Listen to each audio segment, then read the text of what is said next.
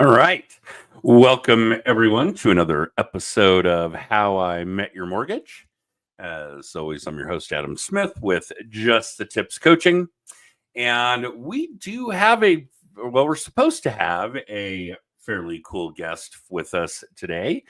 He has not joined our stream as of yet. Hopefully that will change here shortly. I think he actually holds the record here after 8 years of being our most frequent guest. And I do see that he has joined us, so I'm going to bring him on board. Welcome back to the show, Grant Inaba. Hey, Grant. Hey, how you doing, Adam? You got a cabinet towering over you. I'm terrified that the doors are going to pop open and fall on the back of your head. I know most of you only catch the podcast, just the audio, and don't see our video cast, although you can if you want to catch us live on Monday mornings. The podcast doesn't go up until Wednesdays. We'll talk more about that at the tail end of this. But how the hell are you, Grant? I'm doing great. Thanks so much. Yeah? I'm kind of in the corner of my house, actually. We're renovating some parts of the house, including the office. So I found actually that I don't know about you, like working from home sometimes. I have different little cubby areas throughout the whole house that I usually do work from: the dining table, in front of the TV, over here in the corner by the garage, by the supplies. Sure. Just anywhere I can camp out and get a good signal, that's usually where I work at. What's about exactly 20 years ago was when I started my mortgage brokerage. Yeah. It may have been 20 years last month, now that I think about it, but we basically showed up to work one day. I was working for another brokerage, and they were basically gone. Pretty weird stuff. I think we had to have the sheriff's deputies let us in to get, computers and files and furniture and that kind of thing. And I took a processor and another loan originator with me, and we worked around my dining room table for a few weeks, which was an interesting thing. And, I struggle with it. I know that we have all this great mobile technology. I've got my laptop sitting right here next to me, coincidentally, and I have all kinds of great tools and toys to make my remote work as pleasant as possible, and I wouldn't say pleasant is the right word, but as productive as possible would be the right word. And I still struggle to tear myself away from the desk where I have my, full-size mouse, monitor, keyboard. Obviously, our audience can't see it, but I work off of a 50-inch monitor. And part of it's that my eyesight is pretty much trash now, that kind of thing. But I'd say my favorite spot is, here at home anyway, is probably the patio. I think that's probably one of my favorite places to bang out some work. We're not having a climate like that today. It is cold and windy, and it looks like we're going to get some rain and snow over the next couple of days. So, it's Denver. If you don't like the weather, wait a minute. And having snow on Mother's Day is not abnormal by any means. Nice. Okay, so there is something I wanted to talk about with you, and we were able to exchange a few emails before we went live, but you had said something about your Facebook account being shut down. Yeah. And we've talked to a number of people that have had that problem, and it's certainly been a nightmare. Yeah. And that's an understatement, trying to either get it reactivated or reestablished. And obviously building traction again on social media, if you're starting a new account, is very, very difficult. But one of the premises that we really focus on when it comes to social media when we're working with our coaching clients is we don't build on rented land. And you're obviously a one-off circumstance, but for all of you watching, listening, whatever, you don't own Facebook, you don't own Insta, you don't own TikTok, LinkedIn, Twitter, whatever it is, YouTube. We could go on and on. So you really can't put all your eggs in a single basket, in this case, the meta basket, as it were. But describe for us what happened. How do you know that it was gone? What was the trigger? Were you not able to log into it? What steps have you made in an attempt to recover it? And have we just thrown our hands up and said, screw it? What is going on with you and Meta?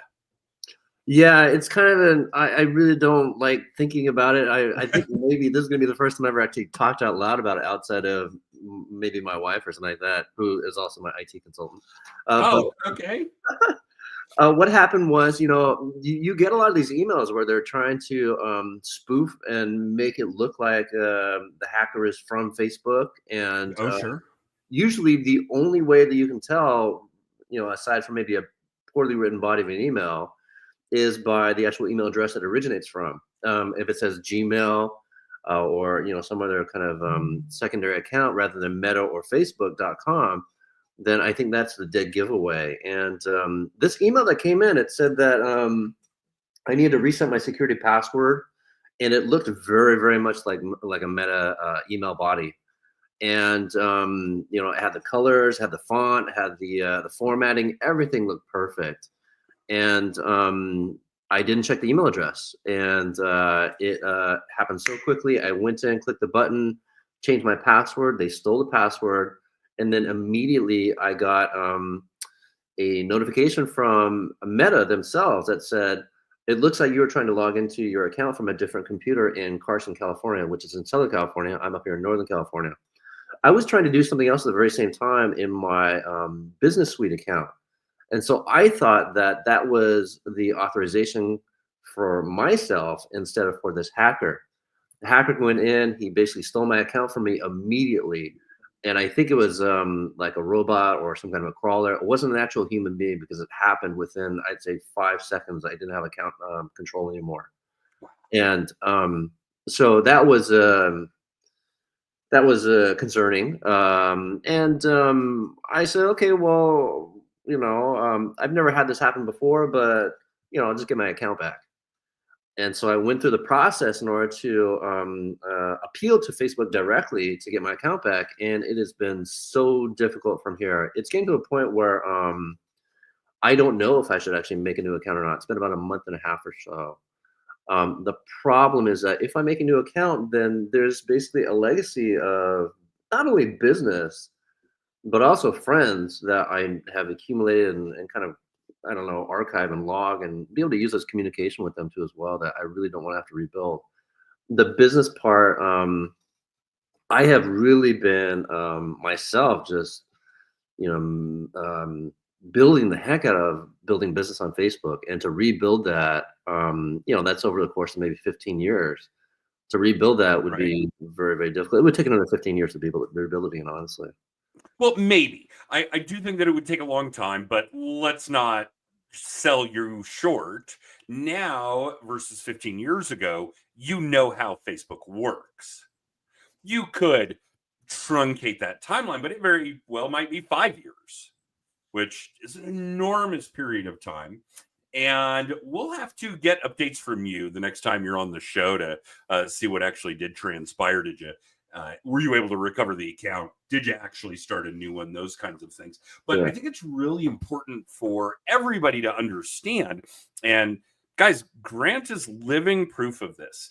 There are two major issues here. One is that spam and phishing emails are insane in volume. I probably see dozens a day, and that might be an understatement. I would say, I don't know, I probably get 500 to 1,000 emails a day, and I'll bet at least 50 to 100 of them fall into that category. Um, and a good chunk of them are going to be phishing type of stuff, to the point where, yes, you guys have got to be diligent, especially in real estate, in mortgages, in title, in insurance, in financial planning, because a lot of the data that you have is very, very private. The financial data in particular, but these kinds of things have to be protected, almost with your life. There's no ifs, ands, or buts about it when it comes to this. And if you guys are in a role like Grant is, where he's an employing broker owner, I'm a broker owner myself, you've got to make sure that your team knows what is going on. I probably share at least one of those a day with my team saying, hey guys, I got this email. Now, granted, it looks an awful lot like an email from our email provider saying, hey, here's what's been caught up in your spam filter today or this week or whatever it is. And my team knows that those emails come in on a very regimented basis. They're always 5 a.m. on a Monday or whatever the case may be. And to really be thorough about checking what the email address is, like Grant is saying. And it's not even so much that it looks like it came from Meta, it looks like it came from Facebook. And if we look closer at the address that we would reply to or that it was sent from, it's a Gmail address or a Yahoo address or an AOL address. Now I'm really showing my age. But even more so, I'll see things where it'll say Facebook and one of the O's is actually in a foreign language, or it's actually a zero, or some of those kinds of things where if we don't look ridiculously close, really pay sharp attention, we absolutely could be falling victim to something like this. And for those of you watching or listening, losing access to your Facebook account, while absolutely detrimental to your business, if you're doing social media correctly, if you're doing Meta correctly, if you're doing Facebook correctly, it could be much worse. You could be coughing up bank account information. You could be coughing up clients' private information, these kinds of things. So yeah, being diligent about making sure that, well, you're always kind of watching your six when it comes to the volume of spam and phishing and emails that could provide a significant security breach is something we've all got to keep on the top of our minds. So, Grant, what kind of adjustments have you made to not having Facebook? Are you putting more work and effort and content into Insta, into LinkedIn, into YouTube, into TikTok? What are you having your team do to adjust? What are you guys doing in the interim, or what are you doing in the interim between either getting access to your account back or making the decision to start a new one? What kinds of things are you adjusting in your social media world?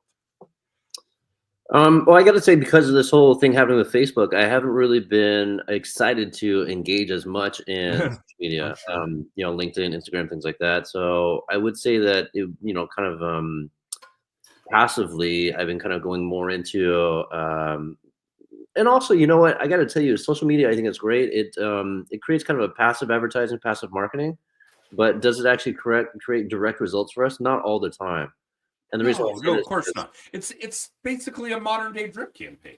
exactly, yeah, yeah, So we've really kind of started to focus more in on things that we know provides direct results, and that is promoting our listings either organically or also digitally. But we found that a lot of times, especially if we price the listings right, everybody will come anyway, and that's not only agents but also consumers that want to purchase our house. We can put a deal together through that, or someone that wants to sell the house that's in the neighborhood that's watching our listing. Those types of things, and we find that those are actually a lot more effective. They've always been more effective about building business. All right. Um, yeah. Let's talk about that, because that is a major shift as far as where our conversation is or was headed. But it is something that a lot of agents are expressing to me these days when it comes to listing properties. Yeah. It seems like it's so much more difficult, and you'll have to tell us some differences. Obviously, most of what I hear is in Colorado, not in California. Hmm. A little bit here and there, and we obviously have agents coaching clients in other markets all over the country, actually all over the continent.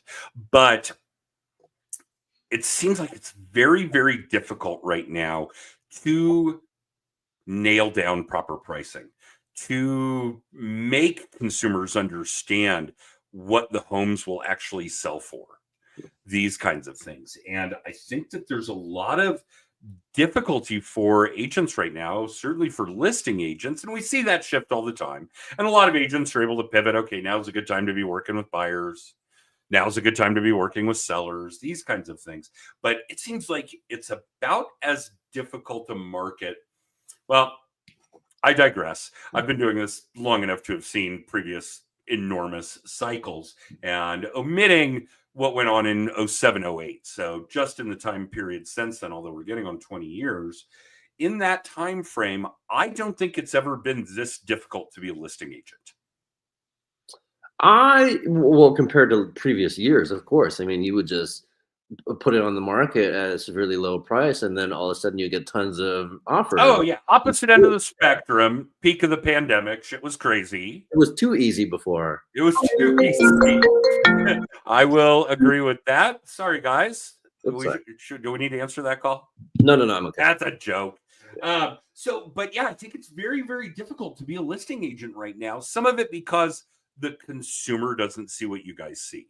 And getting the consumer to understand what's really going on in the real estate market, because we still hear, and albeit true, that it's a seller's market. And it is. There is still an inventory shortage. And we've kind of always defined a balanced market by a 6-month inventory. And we're nowhere near that.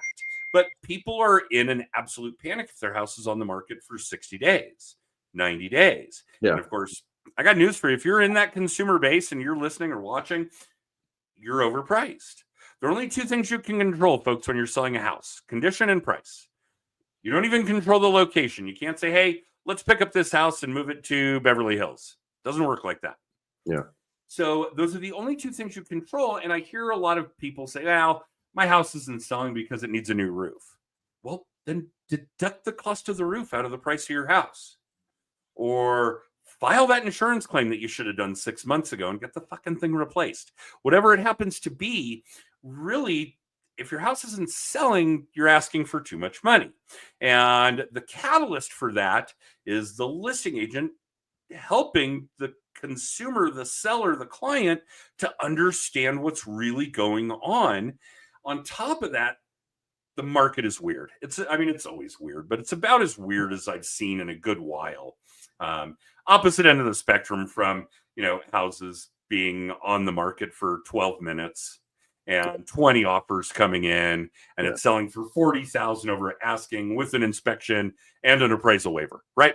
That was weird, but opposite end of the spectrum weird. So what can agents be doing to battle this? How do we really get consumers to understand? How do we really get our own personal education and grip on what the market is doing? Because it seems all over the board, volatile, up and down, and it's absolutely Looney Tunes.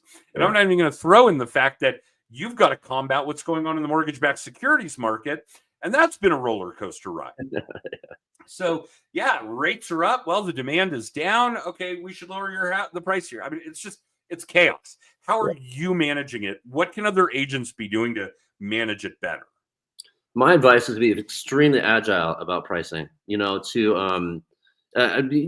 a lot of agents that are these very high end, very metropolitan markets, and they're like 50, 60 years old, and they still have an AOL address. Yeah. But they're out there looking at properties every single day, and they're saying, this is what's selling, this is on the market, this is what's better than what I've got, this is what's not as good. And we need to figure out what that pricing is. And they adjust very, very quickly too as well. And so I see a lot of these guys when I was very first starting out, and I would say, oh my gosh, that's there's a lot of footwork you got to do. You got to get outside the house. You got to look at these houses, and you got to, run around town and do all this work. I can do all this digitally and virtually, through Zillow and CRM and all this stuff. And we've got to look at all the other listings. We've got to talk to the other agents. Yeah. Major workload. Okay. Yeah. I think you really got to get out and you got to do that footwork. It isn't enough just to look at the comps. It isn't enough just to look at the pictures and the square footage. I think you really got to look at, okay, this primary bedroom is bigger than mine, and so it's going to be more valuable because of this, or it's going to sell faster because of this. And that's stuff that you just can't see digitally. You got to talk to these people and figure out, what the activity is like, and based on that, I think you got to set your pricing. And when your listing itself does not get that same activity that you're seeing from other people, then you have to move fast and you have to change fast too as well. I have a very good example for you. I've got about, I think, 10 listings out right now. One of them is through a relocation company, and the relocation company moves very, very slowly. They do. They have to look at all the red tape, and they're actually involved in the sale. Well, and they undoubtedly have to answer to another corporation. Right. Yeah, exactly. Yeah, so they have a stake in ownership in this property, and so they want us to give them updates all the time. But then once they get this information, I don't know what they're actually doing with it.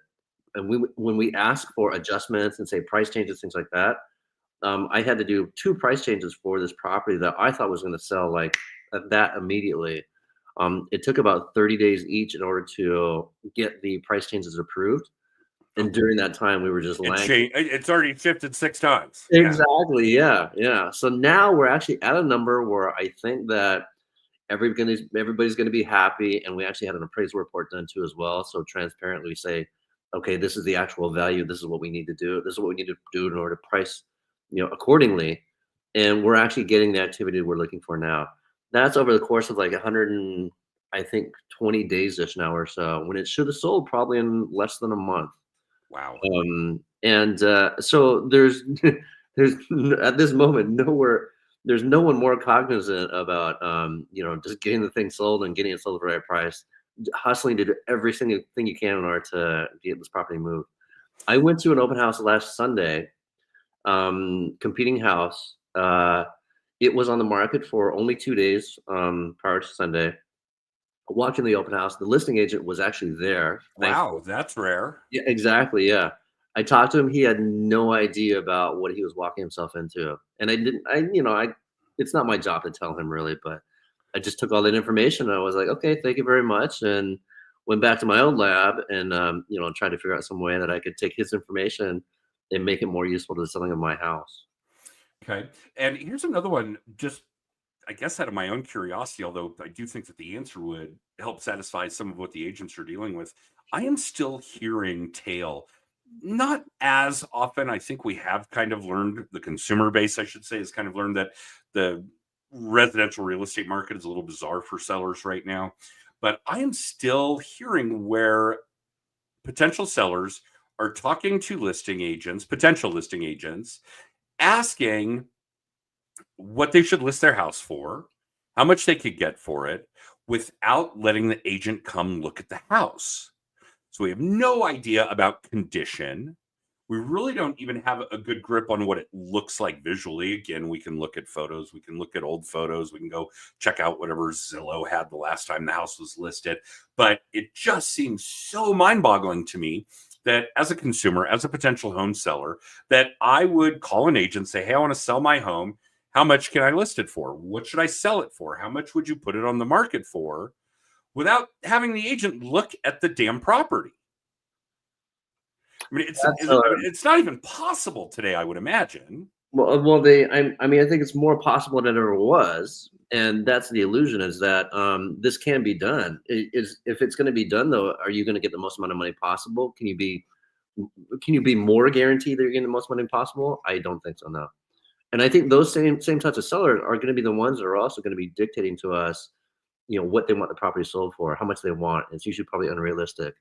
My main concern there too, as well, listening to you, is how do we get the thing signed? Obviously we can sign it through DocuSign, Oh, sure. but I would much rather sit down with the seller and actually walk them through the listing agreement, especially considering all these commission discussions and Yeah. things like that. The last year has been wild. Yeah. So that to me is kind of a little bit of it foretells to me that it might be a challenging seller. Okay. Yeah. And I'm coming across that quite a bit as well, where agents, the ones that are actually working, and for those of you watching or listening, know that something like 3/4 of the licensed real estate agents in the country didn't do a single deal last year. So we're obviously talking about a fairly small percentage that are doing the kind of volume that you're doing or more. Mm. And I'm coming across a lot of those agents, the ones that we do spend our time with, have on the show, work with closely, those kinds of things where they're actually not taking listings. They're expressing that no, this seller is going to be too much of a pain in the ass. We're not going to work with them. Yeah. Or they're unrealistic about what their house is worth, Yeah. or these kinds of things. And they are refusing to take on these clients, or even subsequent to agreeing to do it, firing these clients. Yeah. Yeah. Yeah. Okay.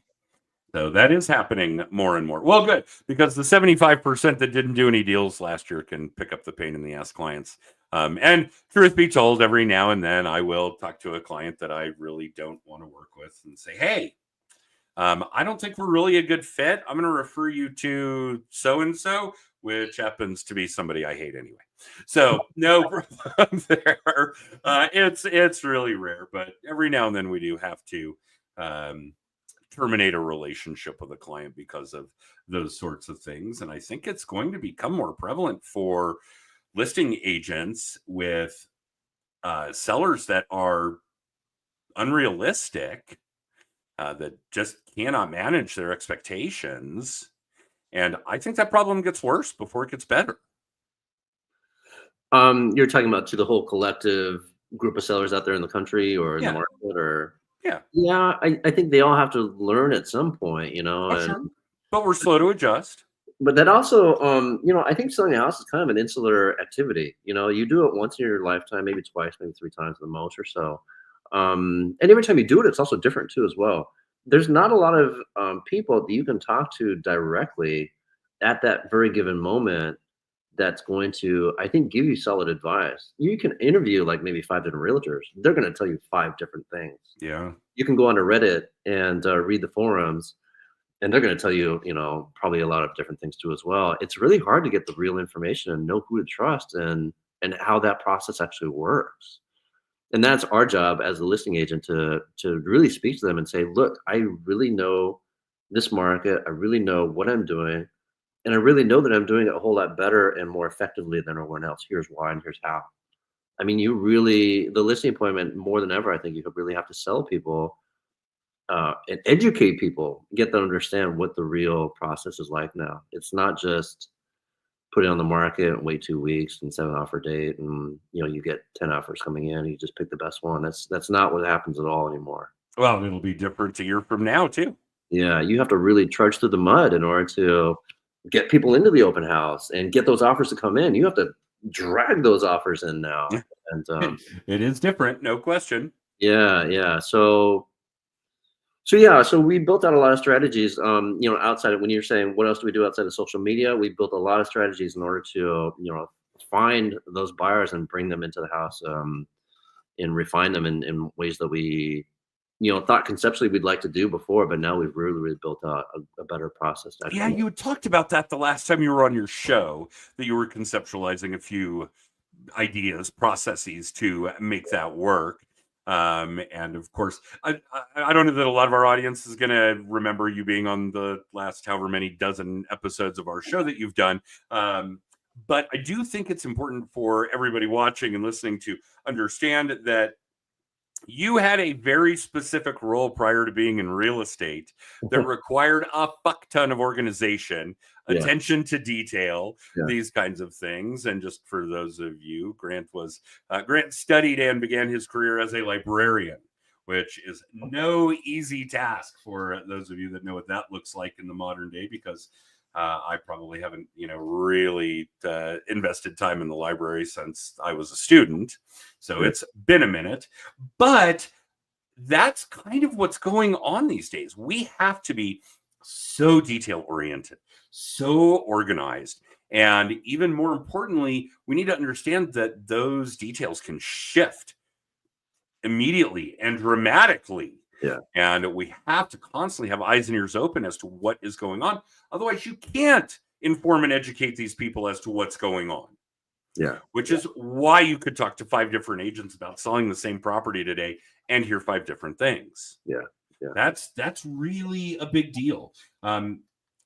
Obviously, we know that one of the most important things in your role, my role, and this is true of pretty much everybody that we coach at Just the Tips, whether it's a financial planner or an insurance agent or even car salespeople to a degree, we've got to be ever diligent about getting information, getting education, being on top of the game, and then essentially making sure that our audience, certainly our clients, are getting that same up to date, detailed data. And getting and giving education it's probably been, it probably has never been as important as it is today. It's always been one of the top things. You've got to stay on top of your gig, and you've got to make sure that you're giving that information to your clients, to your colleagues, to your audience. But I think right now it's more important than ever. yeah, yeah. I agree. Because it's so different every day, every week. The last, well, not quite a year, we obviously saw a major shuffle in what went on in real estate last August. That was a big switch. We haven't even hit the year mark from that lunacy, which makes for a very different manner when it comes to being a listing agent, to doing listing appointments, on and on. So yeah, I do think that it's very, very important. How has that shaped out for you the last, where are we at, 9 months? What has the changes to the way that we're doing real estate commissions and agreements and those kinds of things? Any significant woes or things that people should be wary of after 9 months of dealing with it on your end? Um, there's obviously concerns about the mortgage rate. When's the mortgage Yeah. rate gonna come down? When's it gonna settle? Where are we gonna get to 3% again? Never. There's always those conversations. Obviously, I think that's the biggest, process point. We just have to educate these buyers that look, everything is still expensive. Unfortunately, prices are coming down. A Properties little. are on the market longer, but it's not what you expect. The interest rate deal is, kind of settling. We do expect it to get better, but it's not what you expect. It's not going to happen next week. Well, and I think a lot of that is the same consumer understanding and education that we're talking about. I don't Yeah. think that real estate has actually lost any value. I think we're just seeing consumers coming to terms with reality and lowering prices. Yes. Agreed. And of course, even whatever change is going on in price reductions, for lack of a better term, since that's kind of the industry term, it's not compensatory to the difference between a 3% mortgage and a 6% mortgage. We're not covering that gap. So yeah, for those of you waiting for 3% mortgages, stop waiting. Not going to happen. And I don't think you want it to happen. I think what went on in 2021, even into 22, was a very significant anomaly. And it wasn't predicated on things like the economy being so distressed that that was logical. And if it does get to that point again, I think the economy will be in such horrible shape that you wouldn't want rates to be at 3%. And maybe we're going that route. I know there's a lot of chatter over the last few days about some decisions with OPEC, the value of a barrel of oil, particularly in the United States. We do expect for this week to be rather tumultuous for the oil industry and for the consumer to really feel that later in the summer, into the fall. And are these the kinds of things that might drive the economy to the point where we do see mortgage rates come down significantly? Can we get back to 4%? Maybe. Truth be told, I mean, obviously it's been very volatile, but on the good weeks over the last few months, mortgage rates probably have been right about where they should be if we actually had a healthy economy.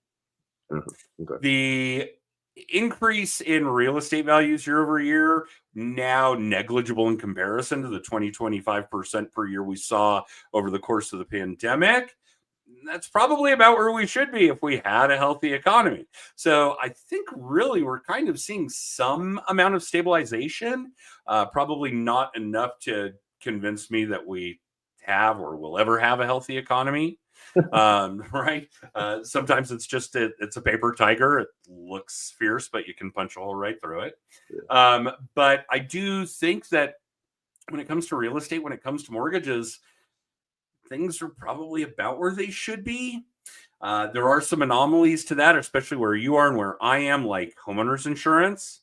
Yeah. That shit is absolutely out of control in California and Colorado. We've got the highest premiums we've ever seen, particularly here and there in comparison to a lot of the rest of the country. If we look at recent years for CPI data, it's the most extreme increase. Property and casualty insurance has really been hitting consumers in the pocketbook in a really ugly way.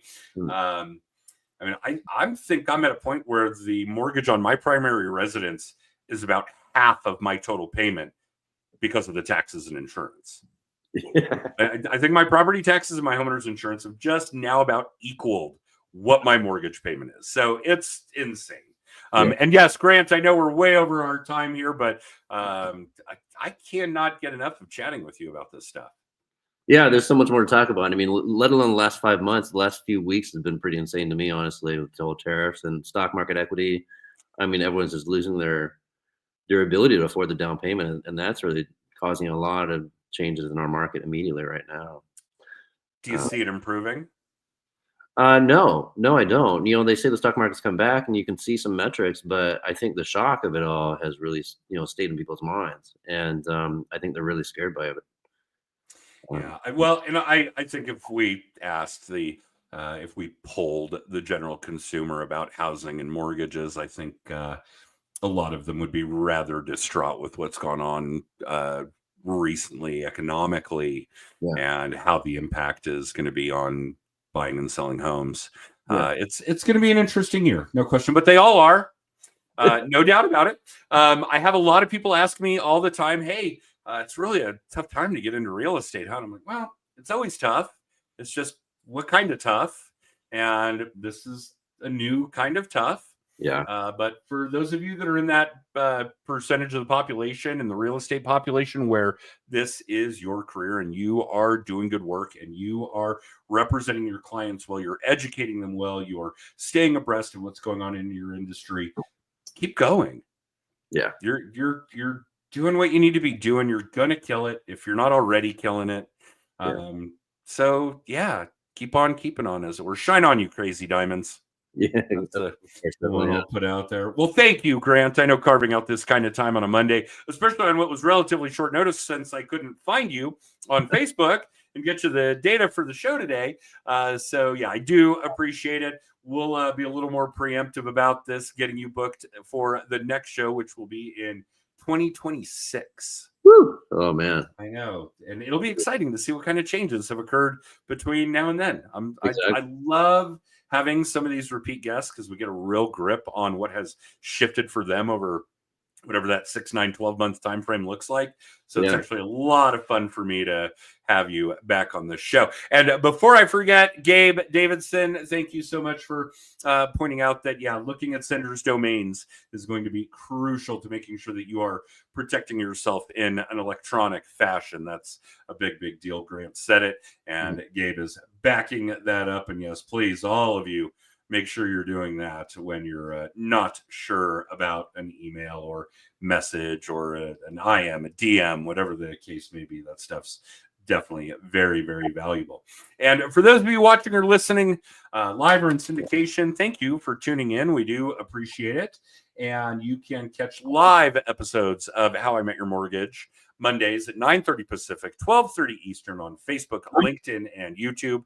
And the podcast premiere 48 hours later on Amazon, Spotify, and Apple.